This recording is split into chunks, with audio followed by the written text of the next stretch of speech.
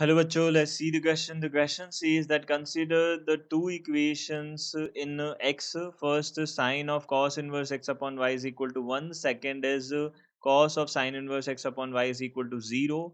The sets x1, x2 belongs to -1 to 1. y1, y2 belongs to I minus 0, singleton 0 are such that x1 the solution set of equation first, x2 the solution set of equation second, y1 the set of all integral values of y for which equation first possesses a solution, y2 the set of all integral values of y for which the equation second possesses a solution. Let c1 be the relation defined by x c1y for x belongs to x1 and y belongs to y1, and xy satisfy first.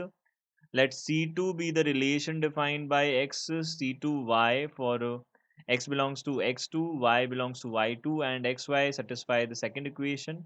On the basis of above information, answer the following questions. C1 such that x1 x1 to y1 is a function which is, हमको x1 to y1 एक function given है, one one होगा many one होगा, ये हमको बताना है. First of all we can discuss the key concept. अब की कॉन्सेप्ट हमारे पास क्या होगा, देखिए की कॉन्सेप्ट हमारे पास में होगा यहाँ से कि रेंज जो होती है, रेंज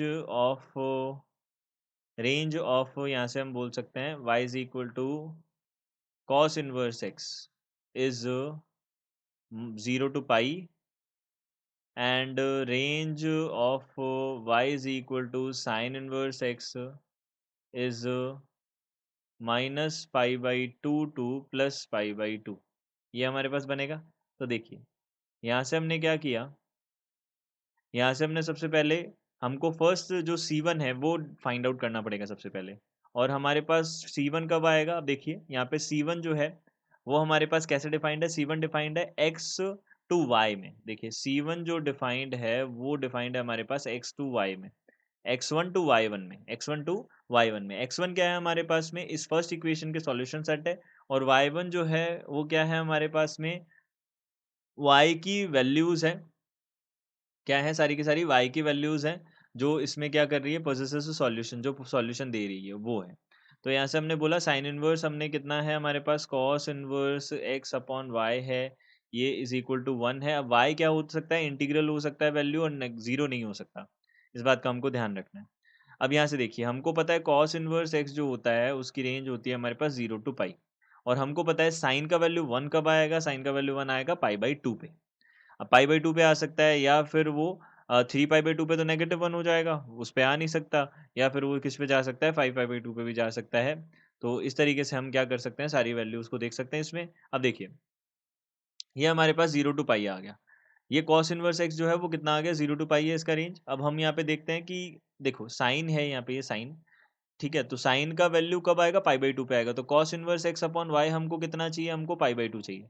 अब ये कब आ सकता है π/2, देखो ऐसा हो सकता है कि y का वैल्यू 1 आ जाए, तो कॉस का वैल्यू, कॉस इनवर्स x का वैल्यू π/2 कब आएगा, जब यहाँ पे x का वैल्यू 0 होगा. तो हमने बोला इफ अगर x का वैल्यू 0 है, x का वैल्यू कितना है यहाँ पे, x का वैल्यू सॉरी -1 है, अगर x का वैल्यू कितना है 1 है, तो x का वैल्यू 0 सॉरी, x का वैल्यू अगर 0 है तो कॉस इनवर्स 0 कितना होगा, देखिए कॉस इनवर्स 0, कॉस इनवर्स 0 हमारे पास π/2 होगा.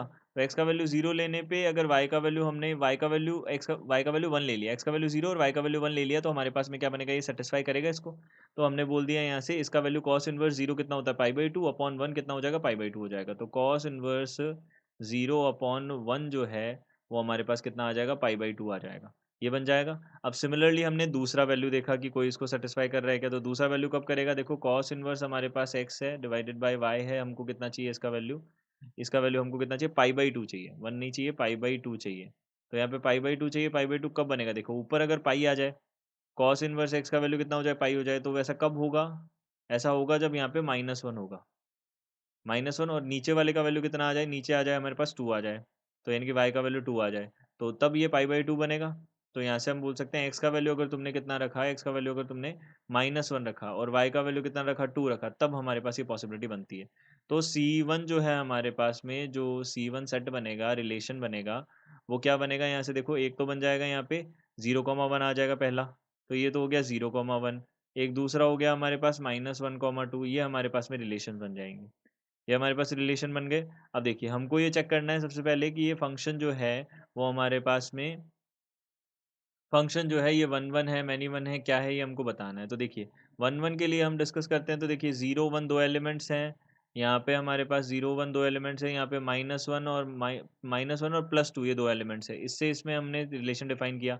0 किससे कनेक्टेड है? 0 कनेक्टेड है हमारे पास में देखिए 0 और -1 देखिए फर्स्ट एलिमेंट हमारे पास डोमेन को वर्क करता है तो 0 और -1 तो हमारे पास डोमेन हो जाएगा और 1 एंड 2 जो है वो क्या आ जाएगा कोडोमेन या बोल सकते हैं हम रेंज आ जाएगी।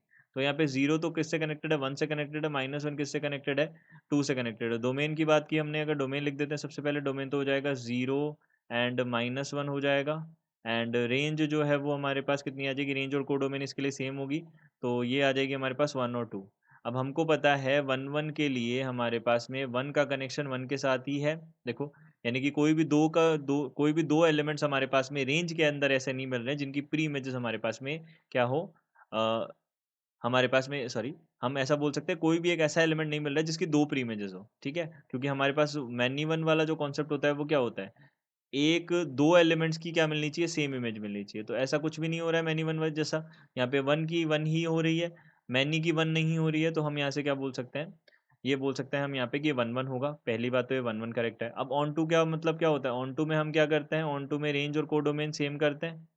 ऑन टू में हम क्या करते हैं range is equal to codomain करते हैं तो रेंज कोडोमेन के इक्वल है क्या यस है क्योंकि यही कोडोमेन है ये सेकंड वाला जो सेट है ये बी सेट हम बोल देते हैं इसको ए बोल देते हैं या फिर इसके तो नाम दिए हुए हैं x1 और y1 तो यहाँ से हमारे पास ये सेट क्या है जो x1 और y1 है ये हमको गिवन है y1 ही इटसेल्फ क्या है ये एक कोडोमेन है कोडोमेन और रेंज दोनों सेम है तो हम यहाँ से इसको ऑन टू भी बोल सकते हैं तो 1-1 और ऑन टू दोनों हो जाएगा 1-1 और 1-2 दोनों हो जाएगा तो हम बोल सकते हैं यहाँ से 1-1 भी है, ऑन 2 भी है। It means A option and C option both are correct options. I hope you understood it well. Good luck. Thank you.